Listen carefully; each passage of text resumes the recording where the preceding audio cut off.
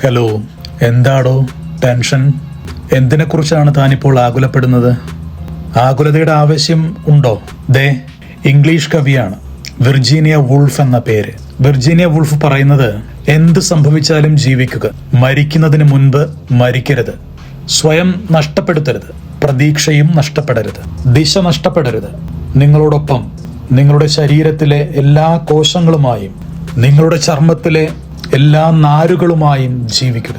ജീവിച്ചിരിക്കുക, പഠിക്കുക, ചിന്തിക്കുക, വായിക്കുക, നിർമ്മിക്കുക, കണ്ടുപിടിക്കുക, സൃഷ്ടിക്കുക, സംസാരിക്കുക, എഴുതുക, സ്വപ്നം കാണുക, രൂപകൽപ്പന ചെയ്യുക. നിങ്ങൾ ജീവിക്കണം, നിങ്ങളുടെ ഉള്ളിൽ ജീവിക്കണം, നിങ്ങൾക്ക് പുറത്തും ജീവിക്കണം.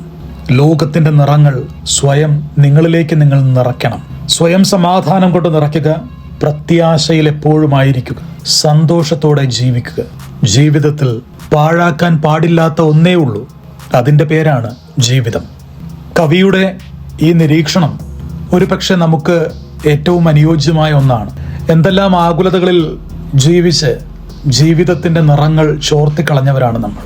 പാഴാക്കാൻ പാടില്ലാത്ത ഒന്ന് മാത്രമേ നമ്മുടെ ജീവിതങ്ങളിലുള്ളൂ, അത് നമ്മുടെ ജീവിതം തന്നെയാണ്.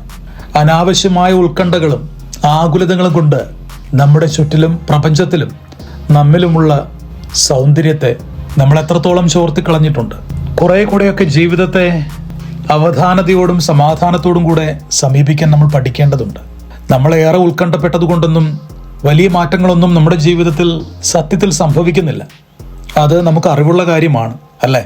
എന്നിട്ടും വീണ്ടും വീണ്ടും നമ്മുടെ മാനുഷിക നിർമ്മിതിയിലെ ഒരു അപജയം പോലെ നെഗറ്റിവിറ്റിയിലേക്കാണ് നമ്മൾ എപ്പോഴും പോയിക്കൊണ്ടിരിക്കുന്നത്. അതൊരു സ്വാഭാവിക മനുഷ്യവാസന ആയിരിക്കാം. എങ്കിലും ഒന്ന് തിരിച്ചു വരിക, ജീവിതത്തിൽ ലഭിച്ചിട്ടുള്ള നന്മകളെ ഒന്ന് പരതി നോക്കുക. എന്നിട്ട് ഇനിയും ഉത്കണ്ഠപ്പെടണോ എന്ന് സ്വയം ആലോചിക്കുക. കുറച്ച് ദൂരെ ഇരുന്ന് ഒരാൾ മനുഷ്യരായ നമ്മളെ നോക്കി ചിരിക്കുന്നുണ്ട് കേട്ടോ. അയാളുടെ പേര് നസ്രായൻ എന്നാണ്. ഒരിക്കൽ അയാൾ പറഞ്ഞു, നിങ്ങൾ ആകാശത്തിലെ പക്ഷികളെ നോക്കുവിൻ, അവ വിതയ്ക്കുന്നില്ല, അവ കൊയ്യുന്നുമില്ല, പക്ഷേ അവയെ അയാളുടെ പിതാവ് പരിപാലിക്കുന്നുണ്ടത്രേ. അയാൾ പിന്നെയും ചോദിക്കുന്നുണ്ട്, ഉത്കണ്ഠ മൂലം ആയുസ്സിന്റെ ദൈർഘ്യം 1 മുഴമെങ്കിലും കൂട്ടാൻ നിങ്ങളിൽ ആർക്കെങ്കിലും സാധിക്കുമോ? വസ്ത്രത്തെപ്പറ്റി നിങ്ങൾ എന്തിനാണ് ആകുലപ്പെടുന്നത്? എന്നിട്ട് തുടർന്ന് പറയുന്നത്, നിങ്ങൾ വയലിലെ ലില്ലികളെ നോക്കുവിനെന്നാണ്. എത്ര മനോഹരമാണ് ഈ ഉപമകൾ! ദൈവത്തിന്റെ പരിപാലനയുടെ കഥയാണ് പറയുന്നത്. നസ്രായനും പറയുന്നത് ഇത് തന്നെയാണ്. ഒരുപാട് ഉത്കണ്ഠപ്പെടേണ്ട. ഈ ഭൂമിയിൽ ഒരു അവധൂതനെ പോലെ ജീവിച്ച ആളാണ് അയാൾ. കൂട്ടുകാരോടൊപ്പം കറങ്ങി നടന്ന്, കിട്ടിയിടങ്ങളിലൊക്കെ അന്തി ഉറങ്ങി, കിട്ടിയ ഭക്ഷണം കഴിച്ച്, ഉത്കണ്ഠകളില്ലാതെ ജീവിതത്തെ ആഘോഷമാക്കിയ ഒരാൾ. സൗഹൃദ സദസ്സുകളിലൊക്കെ വിളമ്പിയ ആഹാരമാണ് അയാൾ കഴിച്ചത്. നമ്മുടെ ജീവിതത്തെ ആഘോഷമാക്കി മാറ്റാൻ, സ്വർഗമാക്കി മാറ്റാൻ നമുക്ക് മാത്രമേ സാധിക്കുകയുള്ളൂ. ആ തിരിച്ചറിവാണ് നമുക്കുണ്ടാകേണ്ടത്.